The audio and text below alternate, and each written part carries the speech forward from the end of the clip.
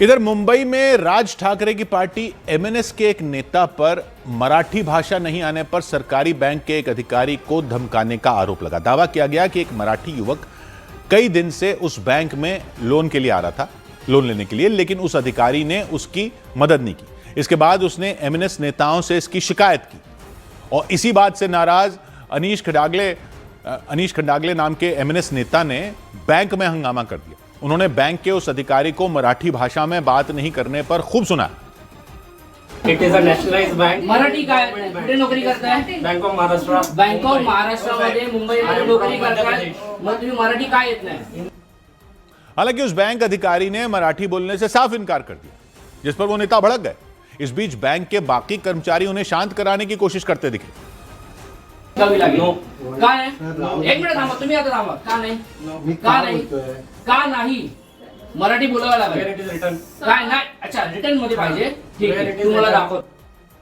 मुंबई के माहिम इलाके में मौजूद उस बैंक में काफी देर तक यह हंगामा चलता रहा। इस बीच गुस्साए नेता ने उस अधिकारी के तबादले की मांग कर दी।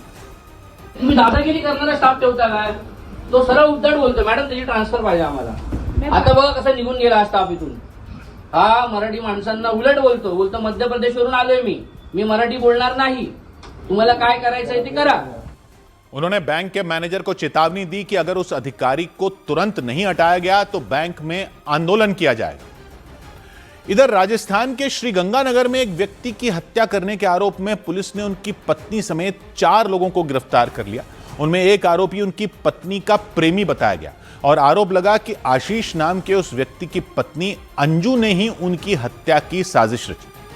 3 महीने पहले ही 25 साल के आशीष और 23 साल की अंजू की शादी हुई थी, लेकिन इस बीच आशीष की मौत ने उनके परिवार को झकझोर कर रख दिया।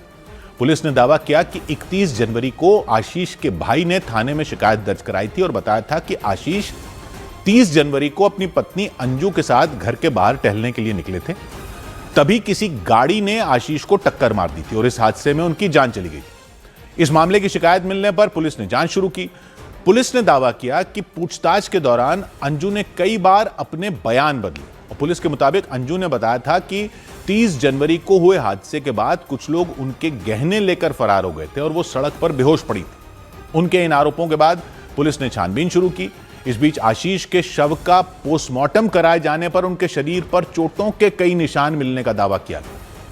पुलिस ने बताया कि पोस्टमार्टम रिपोर्ट में गला दबाकर हत्या किए जाने की बात सामने आई। अंजू से एक योजनाबद्ध तरीके से उस सुनसान रोड पर ले गई घूमने के बहाने। वहां पर आने के बाद तुरंत इन तीनों जो इसके साथी थे व्यक्तियों ने उन पर ताबड़तोड़ वार किया। आरोप लगा कि अंजू अपने पति आशीष को टहलने के बहाने घर के पास एक सुनसान सड़क पर ले गईं। दावा किया गया कि इस दौरान उनके प्रेमी बताए जा रहे संजय और उसके 2 साथी झाड़ियों में छिपकर बैठे थे। आरोप लगा कि आशीष के वहां पहुंचते ही अंजू के इशारे पर उन्होंने हमला कर दिया और इतना ही नहीं, आरोप यह भी लगे कि हमले के बाद उनका गला भी घोंटा गया था। आशीष की हत्या के आरोपों पर अंजू या उनके परिवार वालों का कोई जवाब सामने नहीं आया, लेकिन हत्या के आरोप में पुलिस ने उन्हें और उनके प्रेमी बताए जा रहे संजय को भी गिरफ्तार कर लिया और आरोपी संजय के साथ ही उसके उन दोनों साथियों को भी पुलिस ने गिरफ्तार कर लिया।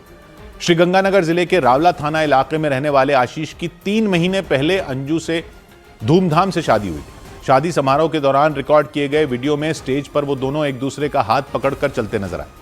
आशीष के चाचा ने बताया कि शादी के बाद अंजू ससुराल के लोगों से घुल मिल गई थी और उन्हें कभी भी अंजू पर कोई शक नहीं हुआ था।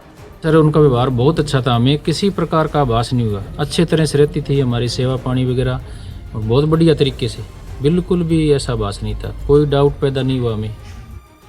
पुलिस ने दावा किया कि अंजू अपनी शादी से खुश नहीं थी और शादी के बाद भी वो उनके प्रेमी बताए जा रहे संजय के संपर्क में थी।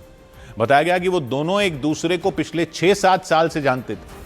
दावा किया गया कि कुछ समय पहले अंजू मायके गई थीं और आरोप लगा कि वहां उन्होंने संजय के साथ मिलकर हत्या का प्लान बनाया था। आशीष की हत्या के बाद उनके परिवार वालों ने पुलिस प्रशासन से गुहार लगाई और दोषियों को फांसी की सजा दिलाने की मांग की गई।